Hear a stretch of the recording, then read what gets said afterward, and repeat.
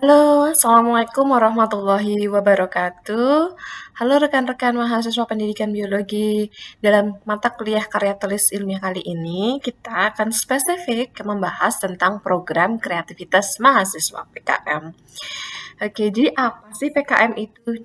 PKM adalah sebuah wadah yang dibentuk oleh Direktorat Jenderal Pembelajaran dan Kemahasiswaan Kementerian Pendidikan dan Kebudayaan Republik Indonesia dalam memfasilitasi potensi yang dimiliki mahasiswa untuk mengkaji, mengembangkan, dan menerapkan ilmu dan teknologi yang telah dipelajari di perkuliahan kepada masyarakat secara luas. Jadi basicnya adalah bagaimana kalian mengimplementasi pengetahuan yang kalian peroleh untuk dikembangkan dan digunakan dalam masyarakat yang jauh lebih luas. Untuk PKM sendiri ada beberapa jenis. Yang pertama, secara umum ada PKM 5 bidang dan ada juga PKM karya tulis. Jadi PKM 5 bidang adalah meliputi PKM penelitian, PKM kepada masyarakat, PKM kewirausahaan, PKM teknologi, dan PKM Karsa Cipta. Sedangkan PKM karya tulis meliputi dua hal, yaitu PKM artikel ilmiah dan PKM gagasan tulis. Kita akan mendiskusikan PKM 5 bidang terlebih dahulu ya. Jadi PKM 5 bidang ini ada PKM penelitian. Fokus dari PKM penelitian atau yang populer di kalangan mahasiswa dikenal PKMP adalah untuk melakukan sebuah penelitian untuk mengungkapkan bukti saintifik atas tradisi atau informasi baru. Jadi teman-teman mahasiswa melakukan penelitian untuk menemukan bukti-bukti saintifik. Kemudian ada juga tuh jenis PKM, yaitu pengabdian kepada masyarakat. Artinya di sini teman-teman menyusun karya tulis yang fokusnya pada solusi baik ilmu pengetahuan, teknologi, manajemen bagi mitra non-profit, biasanya masyarakat desa atau masyarakat secara umum. Tapi tujuannya tetap non-profit ya. Kemudian ada PKM kewirausahaan atau PKMK. Nah, fokus di sini adalah bagaimana mahasiswa melakukan karya tulis dengan komoditas utamanya adalah komoditas usaha mahasiswa. Kemudian ada juga PKM teknologi atau PKMT, yaitu fokusnya pada penciptaan teknologi ataupun manajemen bagi mitra profit. Jadi membuat sebuah teknologi tertentu kemudian untuk dipasarkan. Kemudian ada juga PKM Karsa Cipta, yaitu berupa hasil karya berupa hasil konstruksi karsa yang bersifat fungsional. Nanti kita akan mendiskusikan PKM 5 bidang secara lebih rinci.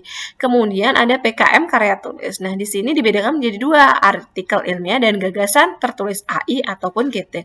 Untuk fokus AI atau artikel ilmiah, fokusnya adalah pada hasil kegiatan. Jadi, sudah melakukan penelitian dan hasil kegiatannya seperti apa. Sedangkan gagasan tertulis itu baru memuat ide-ide. Jadi, ada ide apa, perubahan apa, konsep apa yang bisa berfungsi untuk di masa depan. Jadi GT dan AI adalah dua hal yang berbeda. Nah, di sini untuk menyusun program kreativitas mahasiswa perlu mahasiswa memperhatikan tentang sistematikanya. Yang pertama ada judul, latar belakang, masalah, kemudian ada perumusan masalah, ada tujuan program, ada luaran yang diharapkan, ada kegunaan program, kemudian ada tinjauan pustaka bagi PKM penelitian, kemudian ada PKM teknologi. Ada juga selain tinjauan pustaka, bisa digantikan dengan gambaran umum rencana usaha, yaitu bagi PKMK kewirausahaan, ataupun gambaran umum masyarakat sasaran bagi PKMM. Kemudian ada metode penelitian, kemudian ada jadwal kegiatan, nama dan biodata ketua dan anggota, serta nama biodata dosen pembimbing, kemudian estimasi biaya dan daftar pustaka, serta lampiran jika ada. Oke, untuk pertemuan kali ini kita akan fokus pada bagian 1 atau bagian awal dari sistematika penyusunan proposal PKM.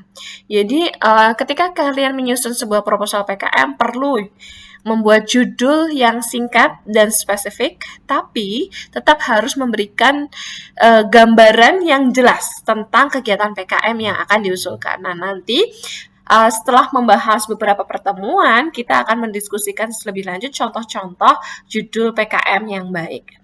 Kemudian ada latar belakang. Di sini di latar belakang teman-teman mahasiswa perlu nih menguraikan proses dalam mengidentifikasi peluang usaha ataupun mengidentifikasi permasalahan yang ada. Tergantung jenis PKM-nya ya.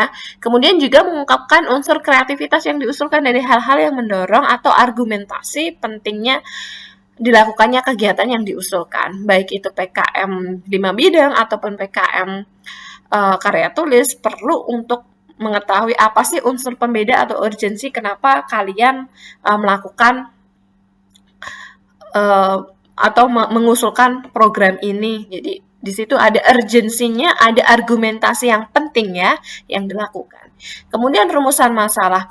Nah, dalam rumusan masalah ini teman-teman mahasiswa harus bisa merumuskan dengan jelas permasalahan yang ingin diteliti. Kemudian juga mampu menguraikan pendekatan dan konsep untuk menjawab peluang yang akan diraih.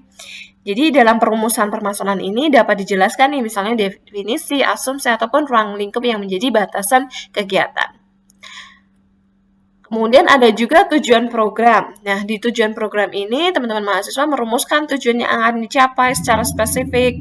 Kemudian juga hendaknya tujuan ini terukur dan jelas ya. Dan juga luaran. Nah, penelitian program kreativitas mahasiswa ini perlu nih mempunyai luaran yang punya nilai kegunaan dan juga nilai jual. Kemudian secara kegunaan kalian juga perlu menjelaskan manfaat yang diperoleh bagi khalayak sasaran, mau dari segi ekonomi maupun ipteks pada saat ataupun setelah kegiatan PKM selesai.